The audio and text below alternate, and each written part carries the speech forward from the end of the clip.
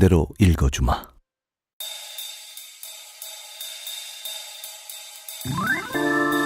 네, 안녕하세요. 성환경입니다. 오늘 녹음하는 날짜 기준으로 어제 아이돌이죠. 샤이니의 종현이라는 친구가 스스로 삶을 끊었죠. 요즘 주변에서도 보면 공황장애라는 말 좀 흔해졌죠. 제 주변에도 많습니다. 어쩌면 저도 공황장애가 조금 있어요. 저 같은 경우는 사람들 많은 데 가면 굉장히 가슴 답답하고 힘들어요. 너무 힘들어서 주저앉아 버린 적도 있고, 저도 좀 그런 게 있습니다. 제 주변에도 굉장히 많더라고요. 그 공황에 우울증이 오면 굉장히 견디기가 힘들다고들 하더라고요. 아마 그 친구도 그랬던 것 같습니다. 스스로가 마음이 아픈 거 극복하라고 말은 쉽게 할 수 있겠지만 세상이 그런 거죠. 세상 탓이죠. 지금 작금의 세상이 견디기가 너무 힘들고 현대인들 스트레스도 굉장히 많이 받고, 하지만 좀 잔인하게 얘기하면 어쩔 수 없이 극복해 나가는 것이 삶인 것 같습니다. 마음이 좀 많이 아프신 분들 극복해 나가시길 기원하겠습니다. 저희가 지금 읽고 있는 이 운명이란 책도 노무현 대통령도 그랬고 지금 문재인 대통령도 그렇고,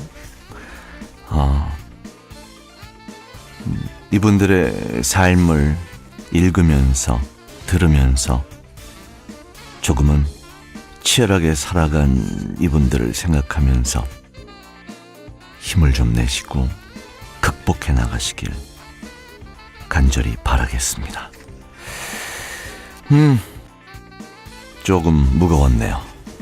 자, 그럼 우리 세 번째 시간 시작하겠습니다.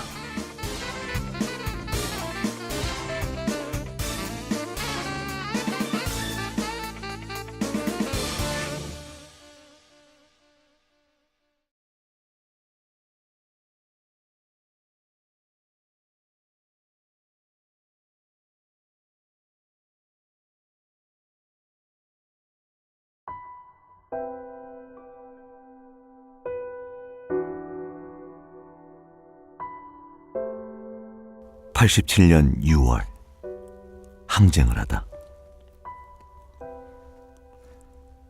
밤이 깊으면 새벽이 멀지 않듯 독재 정권의 폭압은 민주화의 여명을 불러오고 있었다.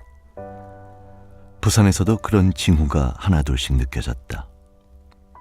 먼저 민주화 운동 조직들이 여기저기서 꿈틀대며 기지개를 켜기 시작했다. 80년대 초반 이른바 불임 사건과 부산 미문화원 방화 사건은 가뜩이나 탄탄하지 않던 부산 민주화 운동권 저변의 싹을 잘라버린 셈이었다. 그러나 그때 투옥됐던 사람들이 대거 추록하면서 여러 단체의 뿌리를 내리고 활동하기 시작했다. 기반이 넓어졌다. 생기도 돌았다. 87년 1월 서울대생 박종철 군 고문치사 사건이 발생했다.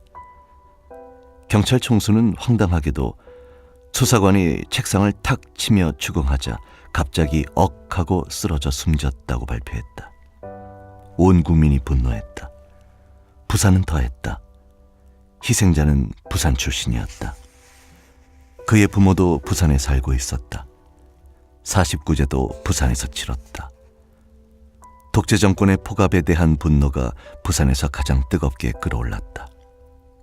2월 7일 박종철군 국민추도회 준비위원회가 고 박종철군 국민추도회를 전국 각지에서 일제히 개최했다. 노 변호사와 나도 준비위원으로 참여했다. 부산 지역 국민추도회를 실제로 준비하고 주관한 것은 부민협이었다. 추도회 장소로 우리가 정한 곳은 부산 시내 중심지에 있는 사찰 대각사였다. 그런데 경찰은 대각사를 아예 원천 봉쇄해 접근조차 못하게 했다. 경찰 병력이 대각사 주변을 몇 겹으로 둘러쌌고 진입을 시도하는 시민들에게 최루탄을 쏘았다. 대각사 주변에 몰려든 대학생들이 종철이를 살려내라는 구호를 외치며 경찰과 대치했으나 대각사 진입은 불가능했다. 그냥 물러날 수는 없는 일이었다.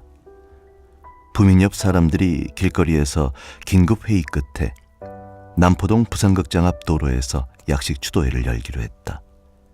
은밀히 사람들을 그곳으로 모았다.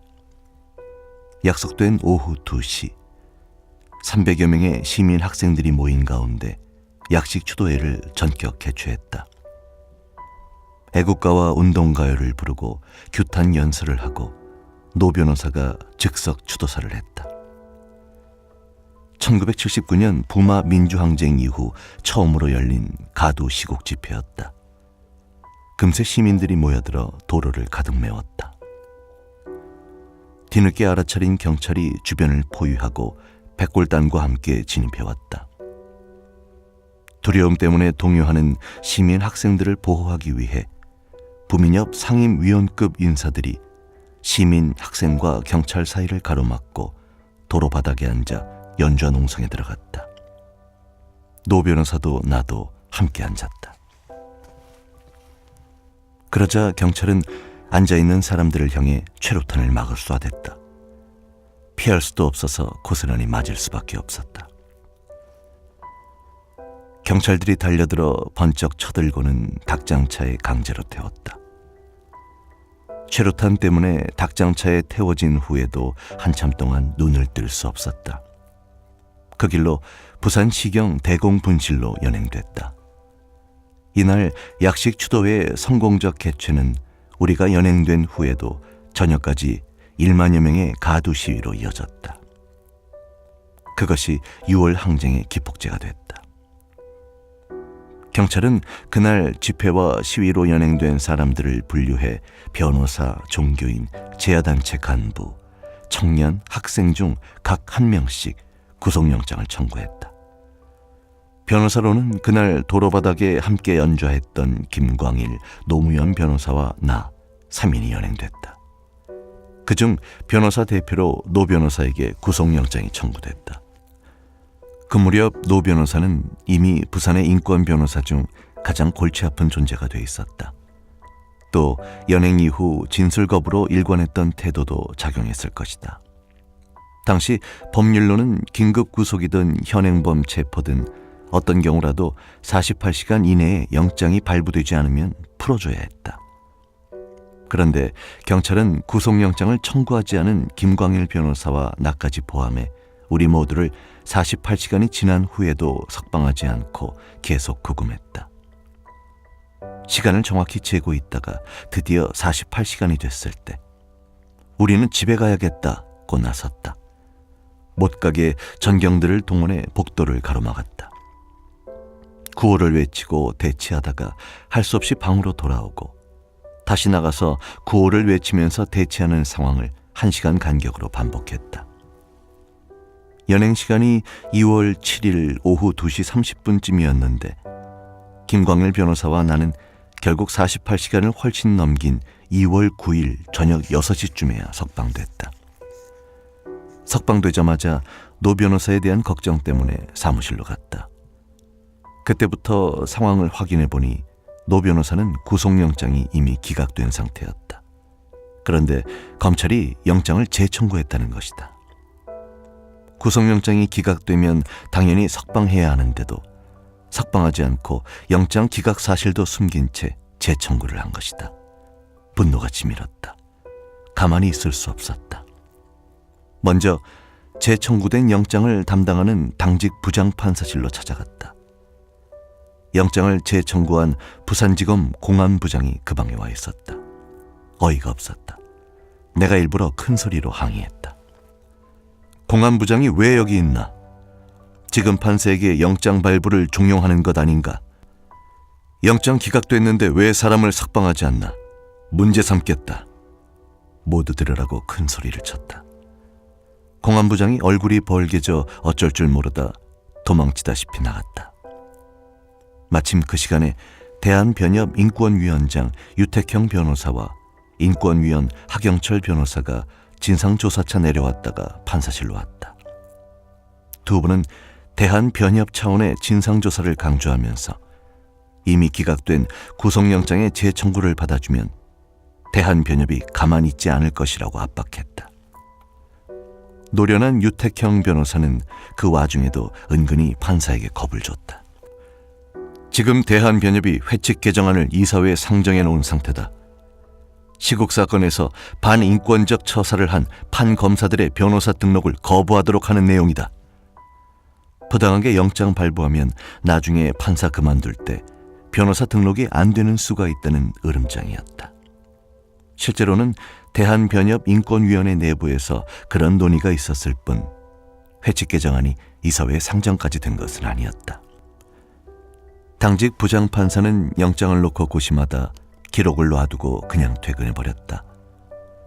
잠시 식사하러 나간다고 하고는 돌아오지 않고 잠적해버린 것이다. 아주 현명한 처리였다. 검찰은 영장 재청구를 정식 접수 처리하지 않고 공안부장이 당직 부장판사에게 영장 청구서를 들고 가 발부를 부탁한 상태였다. 따라서 부장판사가 처리를 안 하고 가버려도 검찰로선 할 말이 없는 상황이었다. 당시 시국 사건에서 그와 같은 구속영장 비밀 청구가 횡행했는데 그러다 한 방 맞은 셈이었다. 검찰은 발칵 뒤집혔다. 난리가 났다. 현직 변호사에 대한 구속영장 청구는 대검 공안부의 지침에 의한 것이었고 법무부 장관에게 보고해 승인받은 일이었다. 그러니 영장을 발부받지 못하면 부산지검 공안부가 무능의 책임을 지게 되는 것이다. 밤새 노 변호사를 붙잡아 두고선 공안부장이 애 같아서 영장 청구서를 들고 부장판사들의 집을 전전했다. 다른 부장판사들이 그걸 떠안을 리 없었다. 당직 부장이 하게 돼 있는 일을 왜 나에게 가져오냐? 며 모두 거부했다. 수석 부장판사에게 달려갔지만 그도 마찬가지였다. 급기야 법원장한테까지 갔지만 소용없었다. 결국 노 변호사는 다음날 새벽에 석방됐다. 경찰은 노 변호사를 계속 붙잡아 둘 수 없자 그날 밤늦게 귀가시키면서 경찰관들이 집에까지 따라와서 지키다가 영장 발부 가능성이 없어지자 새벽에 철수했다. 그 사건으로 노 변호사는 단숨에 전국적으로 유명해졌다. 하룻밤새 4번의 영장 기각식으로 언론마다 대대적으로 보도했다. 대한민국 법치주의의 현 주소를 보여주는 일이었고 동시에 당시 시국에 대한 부산 지역의 치열한 저항을 상징적으로 보여주는 사건이었다. 노 변호사 등 변호사 3인에 대한 경찰의 불법 구금은 그냥 넘어갈 일이 아니었다.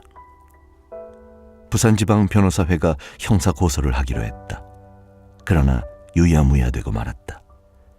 영장은 기각됐지만 검찰이 노 변호사를 불구속 기소할 수도 있는 상황이었다. 그래서 불구속 기소도 하지 않으면 변호사회도 더 추궁하지 않는 것으로 암묵적 합의가 이루어졌다.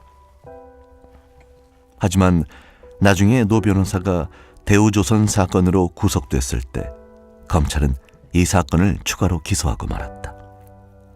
시국은 바야흐로 위대한 6월 항쟁을 향해 치닫고 있었다. 전국에 민주화의 바람이 불었다. 부산은 더 특별했다. 87년 초부터 달아오르기 시작한 민주화 열기는 부산에서 특히 뜨거웠다. 4.13 호헌 조치가 발표되고 격렬한 저항이 시작됐다. 처음에는 다양한 지식인 사회가 움직이기 시작했다. 시국선언이 본물처럼 발표됐다. 대학 교수들로부터 시작된 시국선언이 다른 지식인 그룹으로 퍼져나갔다. 변호사, 치과의사, 약사들의 시국선언이 부산에서 먼저 시작된 것으로 기억된다. 노 변호사와 나는 부산 변호사 24명의 서명을 받아 호헌 조치 철폐와 직선제 개헌을 요구하는 부산 변호사 시국 선언을 발표했다. 부산 변호사 사회에서는 전무후무한 일이었다. 도심 곳곳에서 가두 시위가 빈번하게 열렸다. 시민들의 반응은 매우 호의적이었다. 시위대가 구호를 외치며 행진하면 길가의 시민들이 박수로 격려했다. 상인들은 시위가 장사에 방해되는데도 시위대가 구호를 외치며 숨겨줬다. 경찰이 시위대를 연행하려는 것을 행인들과 상인들이 나서서 나무라며 막아주기도 했다. 빵이나 음료수를 나눠주는 사람들도 많았고, 유인물을 나눠주면 즉석에서 돈을 모아 경비로 쓰라고 건네주는 일도 있었다. 그해 5월, 부민협을 근간으로 부산 국본이 결성됐다. 국본은 민주헌법쟁취 국민운동본부의 약칭이다. 건국 이래 최대 규모의 민주화운동 조직으로 꼽힐 만큼 모든 민주화운동 단체의 야당까지 가세한 메모드 규모였다. 부산도 마찬가지였다. 부산 국본은 서울의 국본 발족에 앞서 전국에서 제일 먼저 결성됐다. 노 변호사는 부산 국본의 상임집행위원장을 맡았다. 상임집행위원장은 단체의 울타리 역할을 해주고 재정 지원을 하는, 인권 변호사들이 그때까지 해왔던 행동 범주를 벗어나서 가두에서 집회와 시위를 이끄는 역할까지 해야 하는 직책이었다. 원래 변호사들에게 요구하는 역할이 아니었는데도 노 변호사는 자청하다시피 맡았다. 나는 상임집행위원을 맡았다. 87년 6월, 부산에서는 부산 국본의 지휘 아래 매일 가두 시위가 벌어졌다. 전국 어느 지역보다 시위 인원이 많았고 치열했다. 매일 밤늦게까지 도심 시위가 이어졌다. 시위가 끝날 때까지 시위대를 따라다니거나 여기저기의 시위 상황을 살펴본 다음 중부 교회에 모여 그날의 전체 상황을 점검하고 다음 날의 계획을 세운 후 귀가하곤 했다. 갈수록 규모가 커지고 치열해지는 시위 상황과 시민들의 호응을 보면서 군부 독재 정권이 무너지고 있음을 느낄 수 있었다. 그런데 서울에선 명동성당 농성을 해산하면서 항쟁이 소강 상태에 접어들었다는 소식이 들려왔다. 서울과 다른 지역의 시위 인원이 뚝 줄어들었다. 그냥 두면 또 그렇게 넘어갈 형국이었다. 그러나 부산 분위기는 달랐다. 오히려 달아오르고 있었다. 노 변호사를 비롯한 부산 국본 지휘부는 서울에서 명동성당이 해왔던 항쟁의 구심 역할을 부산이 이어가기로 결의했다. 즉시 정의구현 사재단 신부님들의 협조를 얻어 부산 가톨릭센터 농성을 시작했다. 이후 6월 항쟁이 끝날 때까지 부산 가톨릭센터가 명동성당이 했던 항쟁의 구심 역할을 해냈다. 부산 시민들도 더 많이 참여해줬다. 시위가 벌어지면 서면에서 부산시청과 KBS 방송국으로 진출하는 길목인 부산진역 부근까지 간선도로를 시위대가 차지해 해방구처럼 되곤 했다. 부산이 버티면서 시위 상황이 오히려 거세지자 가라앉았던 서울 등 다른 지역의 분위기도 되살아났다. 그걸 보면서 다들 뿌듯해했다. 6월 20일쯤이었을까 부산에 위수령이 발동되고 군이 투입된다는 소문이 파다했다. 그런데 오히려 그 소문이 우리에게 더 힘을 주었다. 독재 정권이 코너에 몰렸고 부산이 그 운명을 움켜쥐고 있다는 자신감을 갖게 했다. 여기서 굴하지 말고 이 고비만 버텨내면 이길 수 있다. 노 변호사와 나는 그런 얘기들을 나눴다. 나중에 보니 그때 부산 지역의 위수령 발동과 군 투입이 논의됐던 것은 사실이었다. 병력 출동 준비까지 마친 상태에서 내부 반대로 실행하지 못했다. 그래서 나온 것이 6.29 선언이었다. 군부 독재 정권의 항복 선언이었다. 물론 6.29 선언으로 끝내선 안 된다, 기만책이다, 끝장을 내야 한다는 의견도 적지 않았다. 그러나 직선제 개헌이 쟁취된 마당에 더 이상 투쟁을 이어나가는 것은 어려운 일이었다. 어쨌든 직선제 개헌 이후의 대통령 선거에서 양김의 분열로 민주진영이 승리하지 못했지만 그것은 시민들의 책임이 아니었다.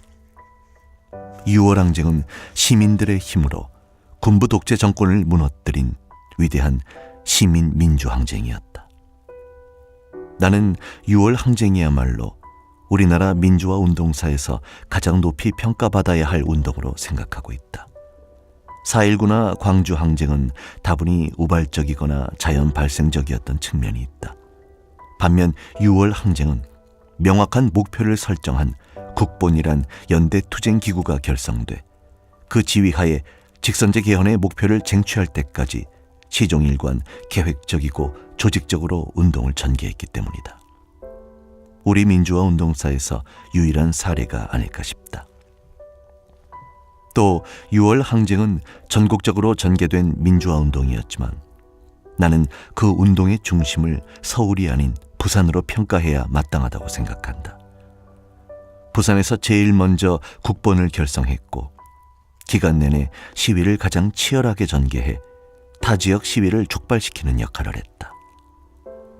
보다 결정적으로는 명동 성당 농성이 해산돼 서울 등 타 지역의 시위가 급격히 위축됐을 때 부산에서 가톨릭 센터 농성과 함께 더 많은 시민들이 더욱 치열하게 시위를 전개함으로써 항쟁의 불꽃을 되살렸다. 그리고 그것이 결국 항쟁을 성공으로 이끈 원동력이 됐기 때문이다. 그런 점에서 나는 6월 항쟁의 역사를 정리하는 데 있어 부산의 역할이 제대로 평가받지 못하고 서울 지역 중심으로 서술되는 현실이 안타깝다. 서울 중심 사고의 산물이라고 하지 않을 수 없다. 부산 시민들의 책임도 없지 않다. 3당 합당 이후 부산 시민들 의식이 보수화함으로써 6월 항쟁에 대한 정당한 평가를 부산 시민 스스로가 소홀히 하게 됐기 때문이다. 3당 합당 이전에 부산은 부마 항쟁으로 유신 독재를 끝내고 6월 항쟁으로 오공 독재를 끝냈듯이 부산이 일어서면 역사를 바꾼다는 시민들의 자부심이 충만했다. 그런 높은 시민의식 속에서 전통 야도였던 부산이 3당 합당으로 하루아침에 여도로 바뀐 후 오늘날까지 한나라당 일색에서 벗어나지 못하고 있는 것이 참으로 안타깝다. 한편 명동 성당 농성 해산 후 타 지역의 항쟁 열기가 급속도로 가라앉았을 때 부산에서 더욱 치열한 시위가 전개됐던 것도 결코 우발적으로 이루어진 일이 아니었다. 전국의 시위 상황과 흐름을 예의주시하던 부산 국본의 항쟁 지휘부는 그런 상황 전개에 위기감을 느꼈다. 그 흐름을 부산에서 반전시키고자 가톨릭 센터 농성을 결행하는 등 조직적으로 시위 강도를 높였던 것이다. 그런 우리 의도가 적중해 그대로 꺼질 듯 보였던 전국의 항쟁 열기가 되살아나는 것을 보면서 그 일을 우리가 해냈구나 라는 자부심과 희열이 지금도 생생하다.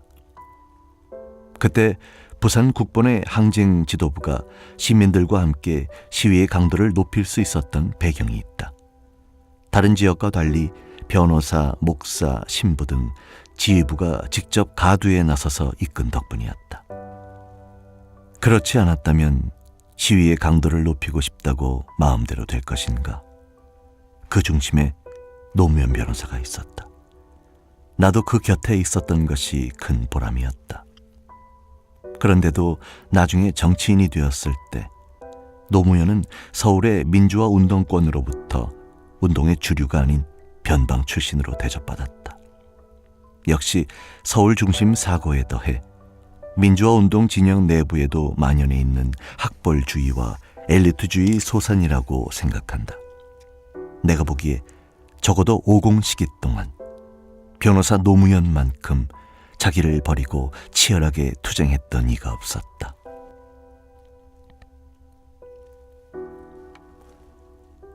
노동자 대투쟁과 노 변호사의 구속. 유월항쟁 승리의 기분을 만끽할 새도 없이 7, 8월 노동자 대투쟁이 시작됐다. 숨돌릴 틈이 없었다. 투쟁의 결과는 많은 노동자들의 구속과 해고로 이어졌다. 그 다음부터는 모두 내 몫이었다.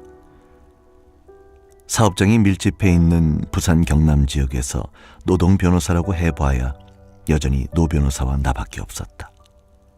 더구나 노 변호사는 6월 항쟁 이후 사실상 변호사 업무를 손 놓고 거리로 사업장으로 땀 흘리며 현장을 누볐다. 그러다 결국 구속에 이른다. 바로 대우조선 사건이다. 대우조선 노동자들이 거리 시위를 하던 중 이석규 씨가 최루탄에 맞아 숨진 비극적 사고였다. 서울에서 이상수 변호사, 부산에서 노 변호사가 현지에 가서 그들을 돕다가 삼자 개입과 장례식 방해 혐의로 걸렸다.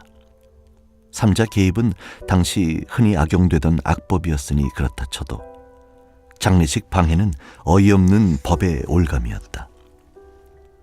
고인과 가까운 친척 중 한 사람이 회사와 보상금에 합의한 후 조용히 가족장으로 넘어가려는 것을 노조와 대책위가 옥신각신하는 상황에서 이를 돕던 변호사 2명을 장례식 방해 혐의로 걸었다. 배경이 뻔히 보이는 일이었다. 아마 대한민국 역사상 장례식 방해라는 죄명은 처음이었을 것이다. 한참 후에 민주당 백원우 의원이 노 대통령 연결식에서 같은 혐의로 기소됐다. 내가 아는 한 단 2건의 장례식 방해 사건. 나는 그중 하나는 직접 변론을 맡고 다른 하나는 증인을 섰으니 이 역시 기막힌 인연이다. 부산 변호사회는 노 변호사 구속이라는 충격적인 소식을 접하자 진상조사를 벌였다. 나는 진상조사 소위 위원장을 맡았다. 거제 현지에 가서 현장 상황을 살펴보고 노조 관계자와 대책위 관계자 등 많은 사람을 만나 증언을 들었다. 이석규 씨의 사망 경위, 장례, 그리고 2분 변호사들의 역할에 대해 상세히 파악해봤다. 이어 공동 변호인단을 꾸렸다. 노 변호사 변호인 수는 무려 99명이었다. 당시로서는 사상 최대 규모 변호인단이었다. 그중 부산 변호사들이 91명이었다. 당시 부산 변호사회에 등록된 변호사 수가 120명가량이었다. 등록만 해놓고 활동하지 않는 분들을 제외하면 실제 활동하는 변호사들은 거의 빠짐없이 참여했다. 내가 일일이 찾아다니며 선임계를 받았는데 모두 흔쾌히 동의해줘 힘들지 않았다. 더 고마운 것은 구속적부 심사를 하는데 대부분 직접 법정에 다 나왔다. 변호인석에 그 많은 좌석이 있을 리 없었다. 방청석까지 변호인들로 가득 찰 정도였다. 재판장이 변호인의 출석 여부를 확인하는데 방청석에서 끊임없이 예 하며 손을 들었다. 변론을 입으로 하지 않더라도 그 자체로 말없는 변론이 됐다. 결국 구속 23일 만에 구속적부심에서 석방될 수 있었다. 그러나 검찰은 87년 11월 끝내 노 변호사를 불구속 기소했고 그와 동시에 노 변호사는 변호사 업무 정지 명령을 받았다. 업무 정지 명령은 노 변호사가 국회의원에 당선된 이후인 88년 6월에야 해제됐다. 노 변호사에 대한 본 재판은 나 혼자 감당했다. 불구속 상태에서 재판받는 것이어서 굳이 다른 공동 변호사들에게 피해를 끼칠 필요도 없었다. 내가 법원에 낸 변론 요지서가 한승원 변호사가 낸 한승원 변호사 변론 사건 실록에 수록돼 있다. 한 변호사도 공동 변호인 중 한 분이었기 때문이다. 법원은 88년 2월 노 변호사에게 벌금 100만 원을 선고했다. 사실상 무죄 판결이나 다를 바 없었다. 그 판결문도 한승원 변호사 변론 사건 실록에 담겨 있다. 판결문에 적혀 있는 99명의 변호인들에게 제대로 고맙다는 인사도 못했다. 벌금 100만 원조차 부당해서 항소했으나 노 변호사가 국회의원이 돼 재판 참석이 어려워서 나중에 항소를 취하고 말았다.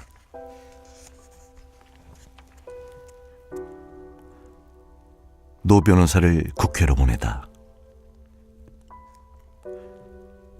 88년 4월 제13대 총선에서 노 변호사는 국회의원에 당선됐다. 그해 초 통일민주당 김영삼 총재에게서 영입 제안이 왔다. 대선에서 패배한 양김이 제야 인사를 다투어 영입하던 때였다. 또 한 사람의 영입 대상인 김광일 변호사는 본인이 일찌감치 결심을 했다.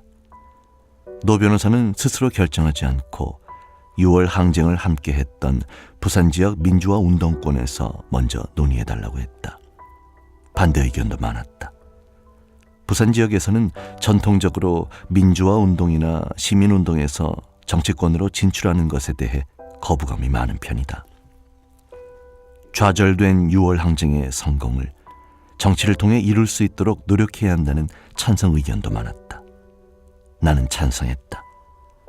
본인이 하고 싶어 한다고 느꼈고 또 출마하면 당선될 것이라고 판단했기 때문이다. 노 변호사는 개인적 야심은 없었다. 단지 국회의원이 되면 노동자들을 더 잘 도울 수 있을 것이라는 생각을 가지고 있었다. 당시 변호사 업무 정지 중이었던 것도 그렇게 생각하는 데 영향을 미쳤을 것이다. 결국 노 변호사의 정치 진출을 대체로 찬성하는 쪽으로 논의가 정리됐다. 본인도 그렇게 결단을 내렸다. 가는 분이나 보내는 사람들이나 개인적 입신을 위해서가 아니라 부산 민주화 운동권을 대표해 파견돼 간다는 인식이 있었다. 그래서 민주화 운동 진영이 선거에 적극 결합했고 선거운동도 운동권 방식으로 마치 민주화 운동을 하듯이 했다. 우선 지역구의 선택부터 그랬다. 노 변호사가 출마하기로 했을 때 당연히 오랫동안 거주해온 부산 남구에서 출마하는 것으로 생각했다. 통일민주당도 그렇게 예상해 부산 남구를 비워놓고 있었다. 그 당시 부산에서 아파트가 가장 많고 주민들 의식이 높은 곳이어서 선거를 치르기도 가장 좋은 곳이었다. 그런데 노 변호사는 그곳을 택하지 않고 아무 연고도 없는 부산 동구에서 출마하겠다고 했다. 당시 신군부와 오공의 핵심이었던 허삼수 씨가 그 지역의 민정당 후보였기 때문에 그와 맞붙어 오공을 심판하겠다는 것이다. 만류하는 사람들이 많았지만 그는 고집을 꺾지 않았다. 과연 노무현다웠다. 나는 그 선거를 직접 돕지 못했다. 부산의 민주화운동 진영이 김광일, 노무현 두 변호사의 선거에 결합하여 돕기로 했는데 운동권 대부분이 노 변호사를 돕고 싶어 했기 때문이다. 오공으로부터 6월 항쟁에 이르는 기간까지 노 변호사가 부산 지역 민주화 운동의 중심 역할을 했기 때문에 어쩌면 당연한 일이었다. 다들 변호인 노무현의 도움을 받은 피고인들이었으므로 인지상정이기도 했다. 어쩔 수 없이 그렇게 허용하되 노 변호사의 활동 전에 김 변호사와도 인연이 있었던 운동권 시니어 그룹이 김 변호사를 돕기로 했다. 그 수가 적었기 때문에 나는 김 변호사의 선거를 총괄하는 역할을 맡았다. 나는 그 선거에서 사용한 노 변호사의 선거 포스터를 지금도 기억한다. 동구 달동네 판자촌을 배경으로 수수한 모습에 그러나 강한 눈빛으로 서 있는 흑백톤의 사진이었다. 운동권 사진가가 찍고 운동권 인쇄업자가 포스터 인쇄를 했다. 선거 구호가 바로 사람 사는 세상이었다. 포스터와 구호가 참 잘 어울렸다. 그런 강렬한 선거 포스터는 그 전에도 없었고 그 후 지금까지도 보지 못했다. 노 변호사도 한번 국회의원을 하고 난 후에는 그런 선거 포스터를 사용하지 못했다. 그때 썼던 사람 사는 세상을 그 후 줄곧 심지어 대통령 재직 중에도 그리고 퇴임 후에도 쌓인 글로 썼다. 당신의 대통령 재임 중에도 사람 사는 세상이 여전히 멀었고, 따라서 그에 대한 염원이 여전히 유효하다고 생각했기 때문일 것이다. 노 변호사는 당선되자마자 국회 청문회 스타가 돼 우리를 뿌듯하게 했다. 그러나 영광도 컸지만 좌절과 고통도 많았다. 나는 그의 좌절과 고통을 볼 때마다 그의 정치 입문을 찬성했던 것을 후회했다. 그도 힘들 때는 당신들이 정치로 내보냈으니 책임지라고 농담처럼 말하곤 했다. 실제로 그에게 변호사로 돌아올 것을 권유한 적도 2번 있다. 국회의원에 낙선해 원외에 있을 때였다. 정치를 영 그만두라고 권유한 것은 아니다. 고생하며 원외 활동을 하느니 변호사로 돌아와서 인권 변호사 활동과 지역 활동을 하면서 지역 기반을 더 닦고 선거 때가 돼 해볼만 하면 그때 다시 선거에 나서면 되지 않느냐는 논리였다. 그러나 정치에 한번 발을 담근 후에는 빠져나오지 못했다. 정치를 그만둘 기회가 한 번 있긴 했다. 종로를 버리고 부산 강서에서 출마해 낙선했을 때였다. 그때 그는 내게 이번에 낙선하면 정치를 그만두겠다고 말했다. 그런데 낙선하자 오히려 원칙의 정치인 바보 노무현으로 국민들에게 감동을 주는 이변이 일어났다. 그 힘으로 재기했고 끝내 대통령이 됐다. 그러나 비운의 일을 겪고 나니 역시 처음부터 정치 세계에 들어가는 것을 말렸어야 했다는 회한이 남는다.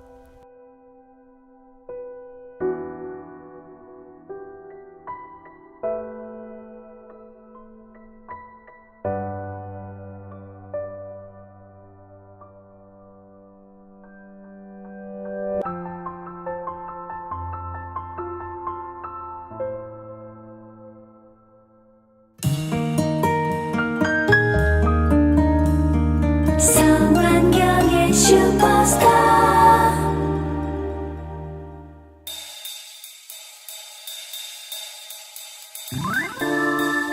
네. 영화 변호인에서 마지막 장면,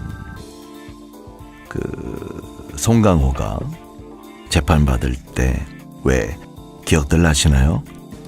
그 변호인, 굉장히 많은 변호인들 이름을 판사가 부르면서 네네 하면서 막 일어섰던 그 감동적인 장면, 그 내용이 지금 오늘 읽어드린 중간 부분에 있었죠. 87년 6월 항쟁 얘기였습니다. 저도 이 당시에 길거리에 있었네요. 돌을 들고 화염병을 들고. 네, 문재인의 운명 3번째 시간이었습니다. 곧 며칠 후에 다시 4번째 시간으로 돌아오겠습니다. 고맙습니다. 그리고 주변에 많이 알려주세요. 입소문. 아니면 나 그만둘라고 이거. 힘들어. 부탁드리겠습니다. 너무 구걸하는 것 같은데. 네, 지금까지 우리 음악 효과 그에 많은 것, 장미라 박창춘, 우리의 타이틀곡 김문선, 그리고 대문 공병가, 우리의 음악 박병기, 그리고 저는 성완경이었습니다. 다음에 뵙죠.